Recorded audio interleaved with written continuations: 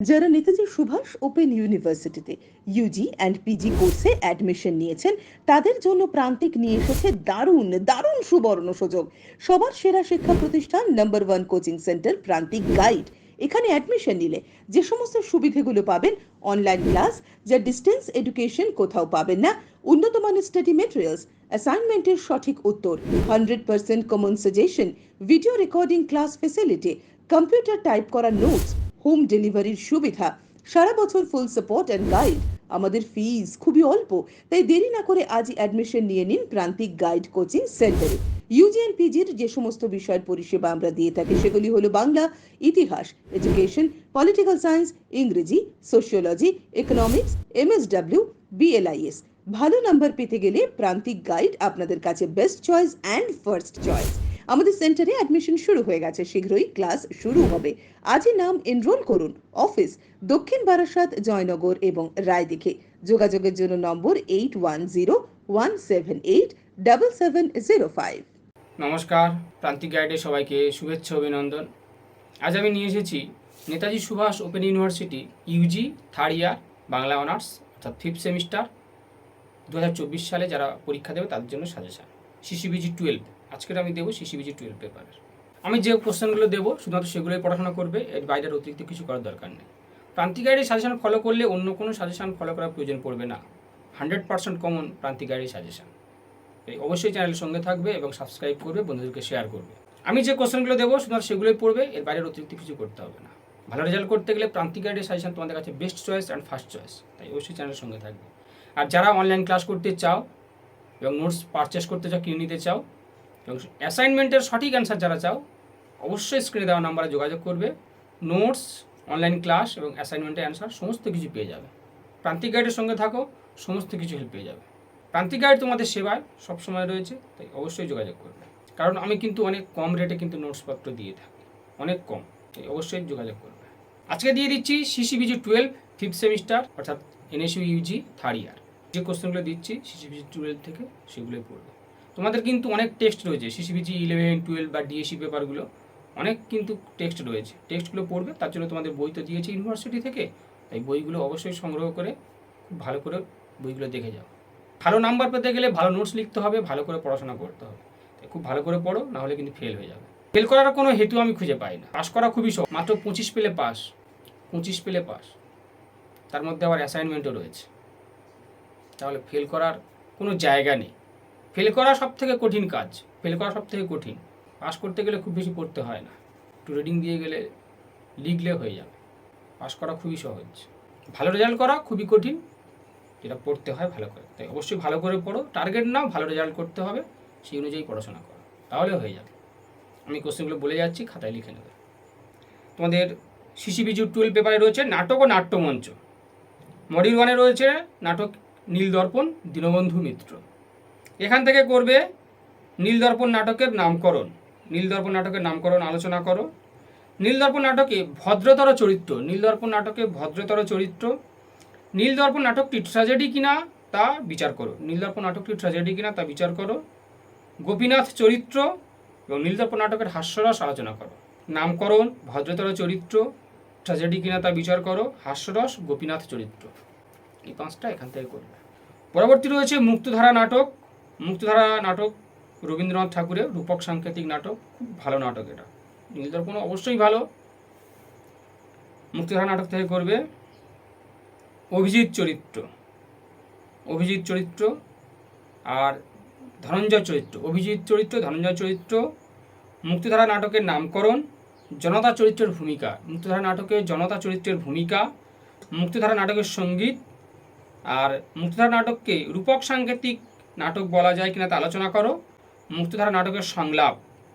আরও একটা কোশ্চেন, খুব ডিফিকাল্ট কোশ্চেন, তোমাদের হয়তো নাও আসতে পারে এটা। একদিকে অভ্রবেদী লৌহযন্ত্রের মাথা আর আরেকদিকে ভৈরব মন্দিরের চূড়া, এই দুটোর যে একটা দ্বন্দ্ব দেখানো হয়েছে, একদিকে অভ্রভেদী লৌহযন্ত্রের মাথা আর ভৈরব মন্দিরের চূড়া, এই দুটোর যে দ্বন্দ্ব সে সম্পর্কে আলোচনা করো। খুব ডিফিকাল্ট কোশ্চেন এটা, এটা সাধারণত আসে না, তোমাদের বিশেষ করে নাও আসতে পারে, তাও যদি পারো দেখে রাখতে পারো। অভিজিৎ, ধনঞ্জয় চরিত্র, জনতা চরিত্র, সঙ্গীত, নামকরণ, রূপক সাংকেতিক নাটক কিনা আলোচনা করো আর সংলাপ, ব্যাস। মুক্তধারা নাটক থেকে এই কটা। পরবর্তী হচ্ছে টিনের তলোয়ার। দারুণ দারুণ নাটক। আমি মনে করি এই নাটকটা একালের বর্তমান সময়ের প্রেক্ষাপটে দারুণ দারুণ নাটক। আমার খুব পছন্দের নাটক টিনের তলোয়ার। টিনের তলোয়ার নাটক থেকে করবে সংলাপ। টিনের তলোয়ার নাটকের সংলাপ, বেণীমাধব চরিত্র, টিনের তলোয়ার নাটকের বেণীমাধব চরিত্র, টিনের তলোয়ার নাটকের প্রিয়নাথ মল্লিক চরিত্র, টিনের তলোয়ার নাটকের ময়না চরিত্র, নামকরণ, হাস্যরস, সঙ্গীত। এখানে আরও একটা কঠিন কোশ্চেন আছে, কোন শ্রেণীর নাটক, সামাজিক, রাজনৈতিক না ঐতিহাসিক? এটা করার দরকার নেই, তাও দেখে রাখতে পারো। তবে এই কটা করবে সংলাপ, বেণীমাধব, প্রিয়নাথ মল্লিক, ময়না, নামকরণ, হাস্যরস, সঙ্গীত। টিনের তলোয়ার থেকে এই কটা করবে। পরবর্তী রয়েছে নাট্যমঞ্চ। মডিউল 4 রয়েছে নাট্যমঞ্চ, মানে মডিউল 1, 2, 3 হয়ে গেল। মডিউল 4 রয়েছে নাট্যমঞ্চ। এই সমস্ত যে নাটকগুলো, যেমন সিনেমা যেমন রিলিজ হয়, সাহিত্য গ্রন্থ যেমন গল্প উপন্যাস কবিতা যেমন পত্রপত্রিকা প্রকাশিত হয়, নাটকও ঠিক তেমনই নাট্যমঞ্চে মঞ্চস্থ হয়। সেই নাট্যমঞ্চ সম্পর্কে প্রাথমিক ধারণা। আর ইংরেজরা যেখানে যায় সেখানে নাট্যশালা গড়ে ওঠে, এটা একটা প্রবাদ প্রচলিত। ইংরেজরা যখন এদেশে আসেন, ইংরেজরা এদেশে আসার পরে নাট্যমঞ্চ গড়ে ওঠে, কিন্তু সেই নাট্যমঞ্চে বাঙালি বা ভারতীয়দের প্রবেশ নিষিদ্ধ ছিল।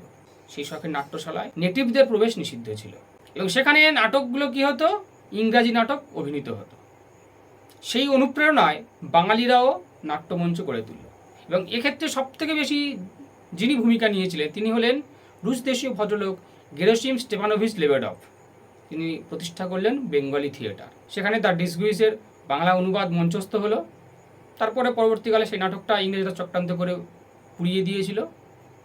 তারপর থেকে ধীরে ধীরে বাংলায় প্রতিষ্ঠিত হতে লাগলো একাধিক শখের নাট্যশালা। মূলত জমিদারেরা, তৎকালীন জমিদারেরা, উচ্চবিত্ত ধনী শ্রেণীর মানুষেরা এই নাট্যমঞ্চগুলো প্রতিষ্ঠা করলো। তাদের বাগান বাড়িতে বা বৈঠকখানায় এই নাট্যমঞ্চগুলো প্রতিষ্ঠিত হলো। তাদের আর্থিক অনুদানে চলতে লাগলো এই নাট্যমঞ্চগুলো। একাধিক নাট্যমঞ্চ, সতুবাবু থিয়েটার, ন্যাশনাল থিয়েটার, বেলগাছি নাট্যশালা, একাধিক নাট্যমঞ্চ। সেই নাট্যমঞ্চগুলো তোমরা এখনও দেখতে পাবে, গেলে বেলগাছিয়া থেকে শুরু করে সমস্ত জায়গাগুলো এখনও নাট্যমঞ্চগুলো রয়েছে। সেই নাট্যমঞ্চ সম্পর্কে ধারণা। গেরসিম লেবেডভের বেঙ্গলি থিয়েটার, গেরসিম লেবেডভের বেঙ্গলি থিয়েটার, বেলগাছিয়া নাট্যশালা। খুব ভালো প্রশ্ন এটা। অলিক কুনাট্য রঙ্গে মজলেকের আড়বঙ্গে নিরখিয়া প্রাণায়না হিসয়। মধুসূদন দত্তের নাটক রচনায় যে নাট্যশালাটা প্রেরণা জুগিয়েছিল সেটা হচ্ছে বেলগাছিয়া নাট্যশালা। এখানে অনেক বড় ইতিহাস রয়েছে, এটা করবে বেলগাছিয়া নাট্যশালা। শ্যামবাজার থিয়েটার, জোড়াসাঁকো থিয়েটার, গণনাট্য নবনাট্য আন্দোলন, গ্রুপ থিয়েটার বলতে কী বোঝো, ন্যাশনাল থিয়েটার। ন্যাশনাল থিয়েটার দুটো পর্ব রয়েছে, প্রথম পর্ব, দ্বিতীয় পর্ব। মানে ন্যাশনাল থিয়েটার বললে দুটো পর্ব লিখতে হবে, প্রথম পর্ব, দ্বিতীয় পর্ব লিখতে হবে। Bagbazar amateur theatre, Satubabu theatre আর নাট্য নিয়ন্ত্রণ বিল। খুব ভালো প্রশ্ন কিন্তু এটা।